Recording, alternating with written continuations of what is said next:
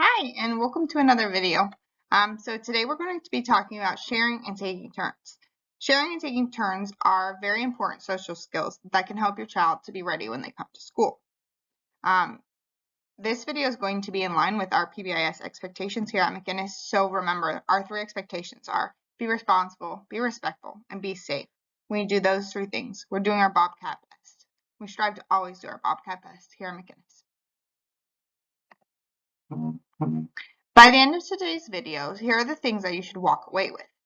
First of all, you should understand that part of your responsibility at school is to share your resources. Another thing you should walk away with is knowing how to take turns in class, during lunch, during recess, and in other school settings. You should also know what to do if somebody doesn't share with you, and that there are things that are appropriate to share and things that are not appropriate to share. Let's start with the things that are okay and safe to share while we're at school versus the things that we really shouldn't share while we're at school. Okay? First up, what we should share. We know that it's important to share our resources such as our pencils, our crayons, our markers, our scissors, our glue sticks. That way everyone has what they need to be successful. So if I have a pencil but someone in my class doesn't and we're doing an assignment, it's appropriate for me to share that pencil with my classmate. Another thing that it's important to share is the equipment that we use during special area and during recess. So during PE, music, and art, there are special tools and resources that we use to be successful in that subject. It's important that when we're using them, we remember that sometimes there may not be enough of a resource for every kid to have one of them. So we have to share them to make sure that everyone gets a chance. The next thing that it is appropriate to share while at school is your space during small group. There's going to be times when you're not sitting at a desk by yourself, but instead sitting at a table with other people. Knowing that, we have to share that space and make sure that you're not taking up all of the table and that there's room for other people to learn and grow with you. And the last thing on here, the last example, is sharing stories about yourself. It's appropriate to come to school and be excited about something and want to share it with your friends.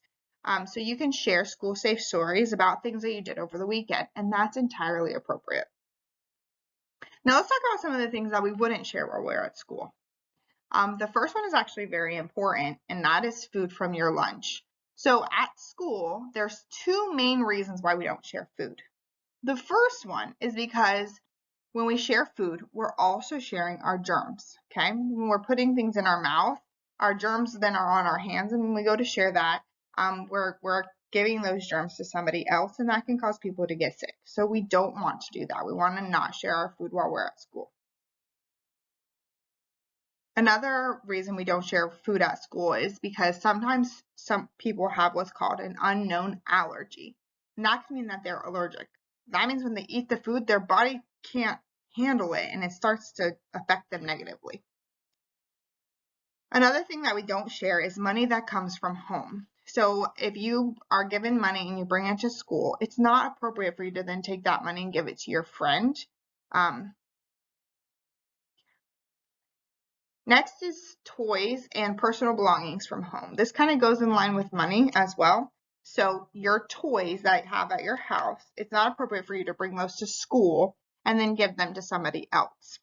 A lot of times what ends up happening is that you think you want to share this thing with somebody. Then once you give it to them, you realize there's a chance that maybe your parents will be upset about the fact that you shared it, or that you're upset that you shared it because you want that toy and you like that toy and you want it back. So that ends up creating more of a problem by saying, I want that back, it's mine. And then, well, you gave it to me. And then now we're arguing, and that's not fun for anybody.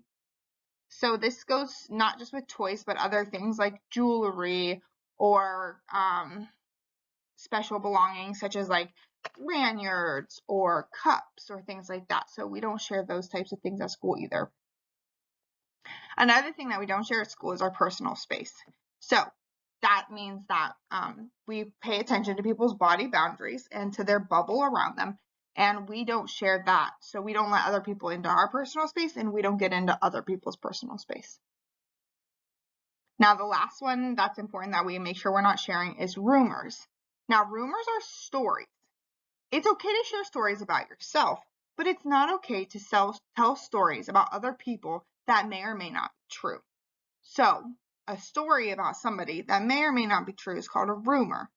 Okay? And at school, it can be really harmful if we start to share rumors around. Sharing things appropriately makes it so that we all feel important, we all feel cared for, and we all feel like we belong while we're at school. Take a second to look at the pictures on the screen. You can see two girls that are playing and one girl is not sharing with the other. And you can tell based on their faces that both of them are upset. The girl with the gray shirt is crying. She's feeling like her friend doesn't care about her. And then the other girl is kind of looking upset. She might be regretting not sharing, or she might be feeling remorseful, like she wants to apologize. That or she's feeling frustrated because she was trying to do something and she was asked to share something she wasn't ready to share yet. Okay? But then when you look at the other picture, you can see two boys that are using an abacus. That's a special math tool. And they're using it together, and both of the boys look happy because they're both able to explore them by just telling each other, I'm going to play with the green ones, you play with the yellow ones. We can switch after a little while. When we share appropriately, everyone feels respected at school. So let's play a little game. I'm going to show you an image, and you're going to tell me, or your parent, if you think that the image is something that is safe to share at school or if it's something we should not share. So this first picture, you can see a crayon box, and inside of it, there are resources like crayons, sticky notes, glue stick, and pencils. Are these resources something that would be appropriate to share while we're at school? Why or why not?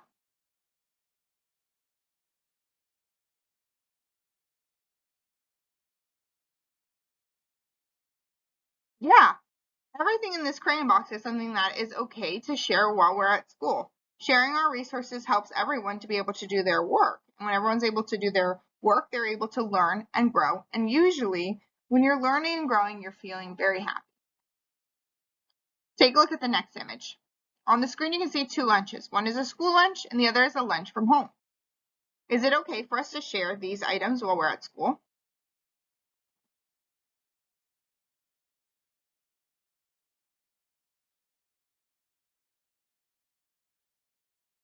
No. We don't want to share our food for two reasons, remember? Number one, we don't want to share our germs. Sharing food shares our germs. We don't want anyone to get sick. Number two, we don't know if people have allergies we don't know about. And then if they eat something they're not supposed to, it could make them feel really sick. So we don't share our food while we're at school. Take a look at this screen. Here we can see some resources for art and some resources for PE and recess. Are these items that are okay to share while we're at school? Why or why not?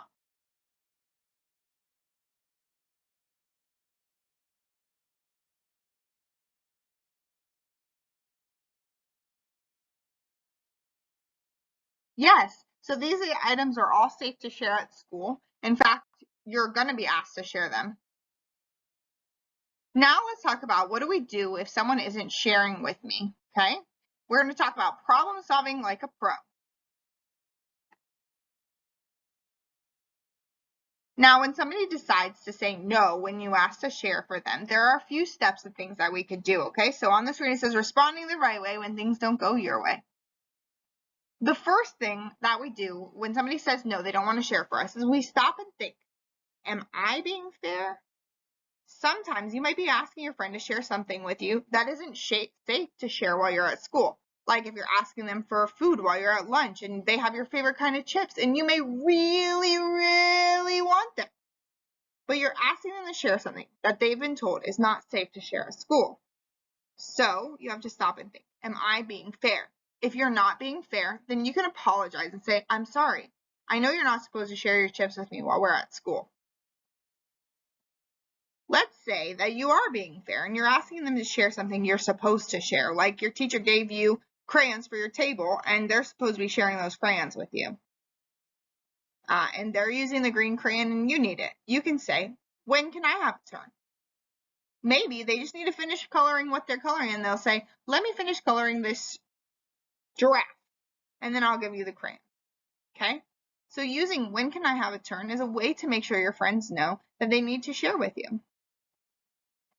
Let's say you ask them, when can I have a turn? Your son says, never. You're never going to get a turn.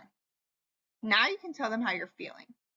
I feel very frustrated when you don't share with me. I need that crayon to be successful on my schoolwork.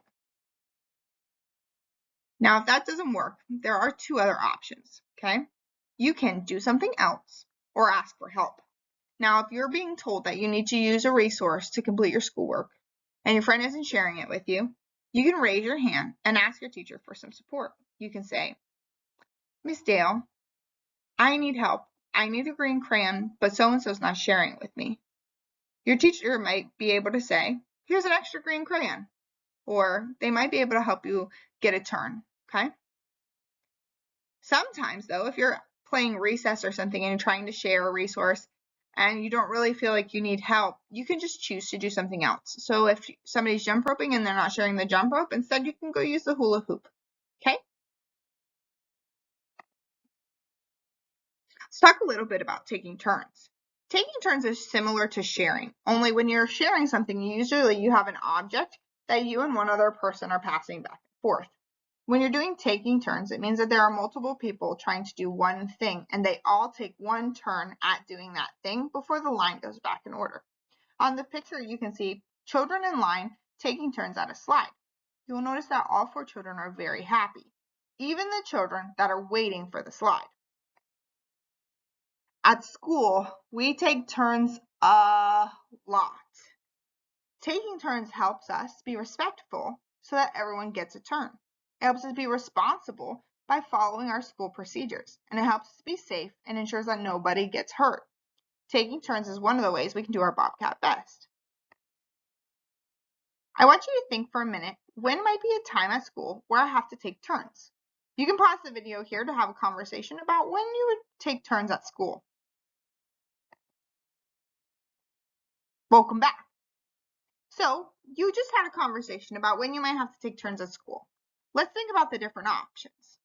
One thing that we do at school every day that we have to take turns is in the cafeteria. When you go through the lunch line, it's important that you stay in your line order, pick up your food, and then take turns going through the line. That just really helps so that everyone gets the food that they need, and it helps so that nobody drops their food, and that way we're all being successful in the cafeteria. There are other examples as well, like getting water from the water fountain or checking out your books in the media center. There are plenty of times when we're taking turns at school. Let's talk about some things you can do to get better at taking turns, to practice before you come to school. The first one is play games that require taking turns. A good example of this is the game Uno. Uno is a card game where everyone goes around the circle and takes turn putting their card on top of the stack. Sometimes it can be really hard to wait for your turn while you're having other people go, but practicing taking turns by playing games is a fun way to get better at taking turns. The next thing you can do is you can set a timer or sing a song to help you understand how long a turn is going to last. For example, let's say you're jump roping with your brother. Well, you may say, you jump rope for this song, and then it'll be my turn, and I'll jump rope for a whole song. That way, it's easy for you to determine how much time and when the other person needs to stop. Next, you could read books and watch videos about taking turns. Sometimes it's helpful to see how different characters approach when they have to take turns and they have to do something maybe they don't want to do, or they have to work with somebody who's not good at taking turns and is taking way too long on their turn. Next, practice waiting. This might sound silly because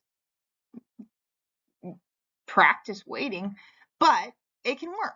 For example, let's say that you're in line at the grocery store. You can practice waiting with your parents and talk about like the shopping trip that you had, how it went, things like that. Lastly, celebrate successes. Okay, if you've done a really good job or you notice your friend or sibling has done a really good job at taking turns, tell them thank you. Thank you for doing your best work today. Or you can tell your parent, I'm so proud of myself. for taking turns in such a good way. Well, we reached the end of today's video. Thank you so much for taking the time to come and watch this video and to learn a little bit more about sharing and taking turns. Sharing and taking turns are two giant skills that can really help our students be set up for success if we practice them at home. So, remember, play some games that involve taking turns and celebrate successes. When we do a good job taking turns, everyone feels happy and like they belong. Thank you for doing your Bobcat best. Until next time.